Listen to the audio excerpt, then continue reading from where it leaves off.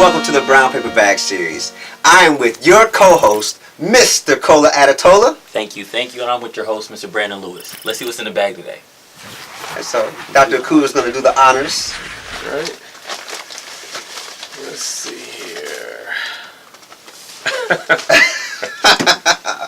Okay, so the topic that we're going to discuss right now is Black History Month. We each have about 45 seconds to a minute, and we're going to begin with Mr. Adetola. Okay, so when I see the word or the sentence Black History Month, the first thing that comes to mind are the great people in my lifetime who has made an impact, who were Black Americans, and who furthermore motivate me to actually want to make a change myself. I'll stick to that. I love it. You're looking at me. Okay, so Black History Month means to me a sense of pride, a sense of empowerment, a yearning to always want to do more and strive for excellence. I think there's so many forgotten stories that we don't know of, but then you also have to sort of continue to push yourself to learn and expand your knowledge. Because typically when I think about Black History Month, particularly if you're looking in schools or whatnot, you focus on Martin Luther King, Rosa Parks, and things like that. But how often do we mention Claudette Colvin, right? How often do we talk about W.B. Du Bois or Carter G. Woodson and so forth, and go in depth with a lot of different people that have made advancement to the world?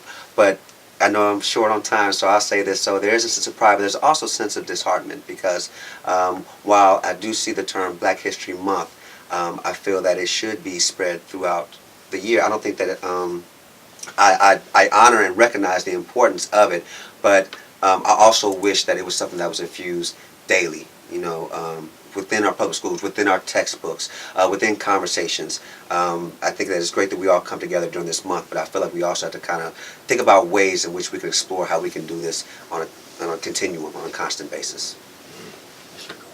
I would agree with you, just picking up where you left off. You can't relegate the history of African people to 1 month, and the shortest month of the year at that. And certainly that was not the intent of Dr. Carter G. Woodson, who gave us Negro History Week, which later evolved into Black History Month.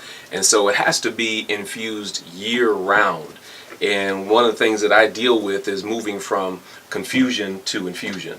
So there's a lot of confusion about what it means to be Black. There's a lot of confusion about what it means to be African American. There's a lot of confusion and misperceptions about our history and culture.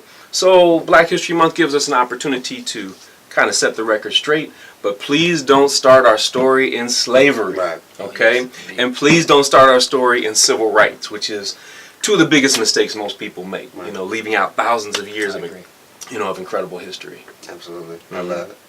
All right. Now we'll get the show started. All right, so we'd like to thank everybody for the responses, for their purpose and meaning behind Black History Month and what it means to them. We're very fortunate today to have Dr. Chike Akua with us today. And he's going to give us a lot of insight, not only about the work that he's done and the publications that he has, but just messages that he delivers across the country to young people, to administrators, to various groups that that want to make change and want to really take a serious look at what we're teaching kids in schools. And I'm sure he can expound upon that because there's so much more. So we're going to let Kola Brandon begin with his first question. It's a pleasure. First question, I'll jump right into it. Tell us a little bit about your story. How did you get started? Why did you get started? Were you always good in school? What motivated you to further and get your PhD? A little bit of your history. Sure. Well, it's an honor to be here with you guys, and I'll give you the short answer to one of your questions. Was I always good in school? No. I was a chronically underachieving student in high school. Now, prior to that, I was a very good student, A-B student, doing very well. But something interesting happened in the 6th grade. I went from being an A-B student to being a D student. And one of the things that I experienced, I think Dr. Jawanz Ganjufu kind of hit the nail on the head. He calls it the 4th grade failure syndrome. And that is when Black boys begin to opt out of school, okay? They don't feel engaged. They enter school very interested, very energetic, very inquisitive, but then at some point they opt out. For me, it happened in the 6th grade instead of the 4th grade, okay? And I didn't recover until my senior year in high school. So going into my senior year in high school, I had a 1.9 GPA. Wow. Which was very, very challenging. I was very blessed and fortunate that My sister graduated from school. She came back to our hometown to teach, and she tutored me and helped me to raise a 1.9 GPA to a 3.2. Okay? Wow. However, 3 years of a 1.9 doesn't average well with one semester of a 3.2. So my graduating GPA in high school was a 2.006. I got accepted to Hampton University, historically black college, university rather, on probation. So I had to go to summer school, and they said if you maintain at least a 2.0 average, we will accept you as a full-time student. So that experience, though, kind of became the cornerstone of, I think, what made me effective as a teacher. Because, you know, when I see students who aren't performing up to par, I really feel like I'm looking at a mirror image of myself. I see somebody with tremendous potential, somebody who is tremendously intelligent, but whose intelligence has not been piqued or that hasn't been tapped. And so that's the focus of all of my teaching is really bringing out the brilliance in black children, children of color, and all children, but I focus primarily on African American students. That's beautiful. So would you also say that played a part in motivating you to furthermore get your PhD? Absolutely. It's interesting, you know, I think we are subject oftentimes to how people see us and also how we see ourselves.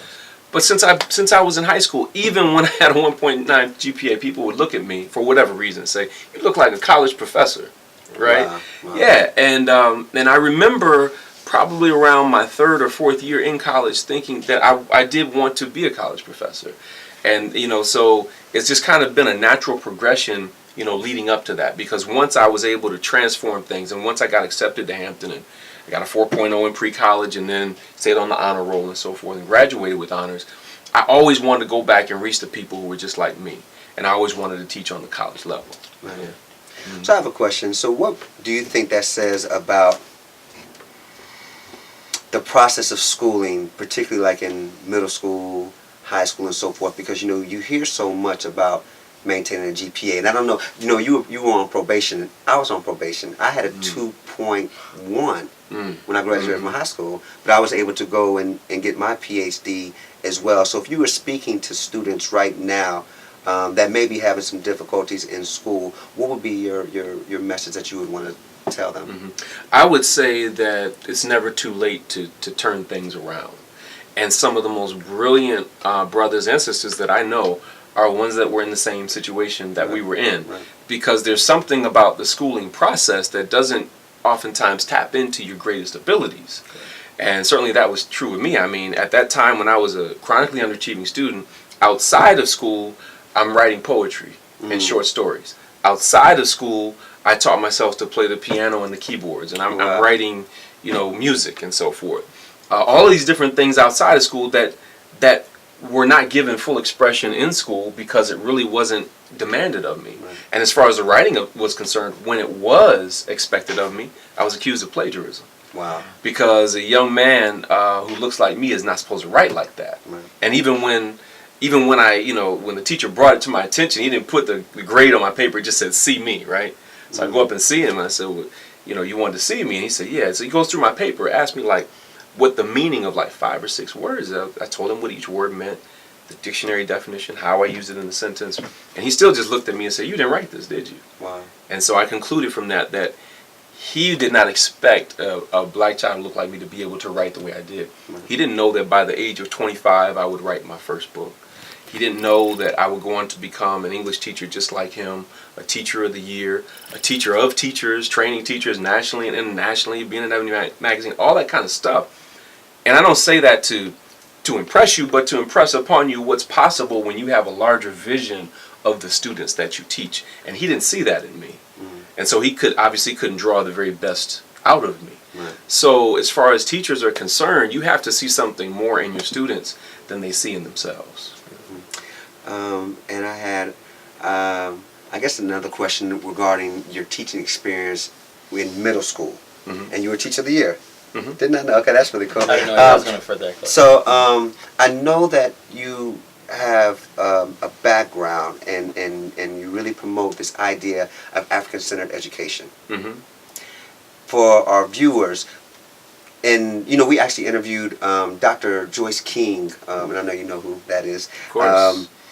in our last show, and she was talking about black education, and I'm going to kind of ask a question that was kind of similar to the one that I asked her, and that when you hear these terms such as African-centered education, I believe that there's a lot of stigmatizing that goes Sure. on. There's a lot of misconceptions regarding sort of that space, and I know that you are a scholar that was actually trained by Asa Hilliard as well. Is that correct? And so, if you could kind of let us know what your idea about African-centered education is, and why do you feel it's important for young people or people of our age?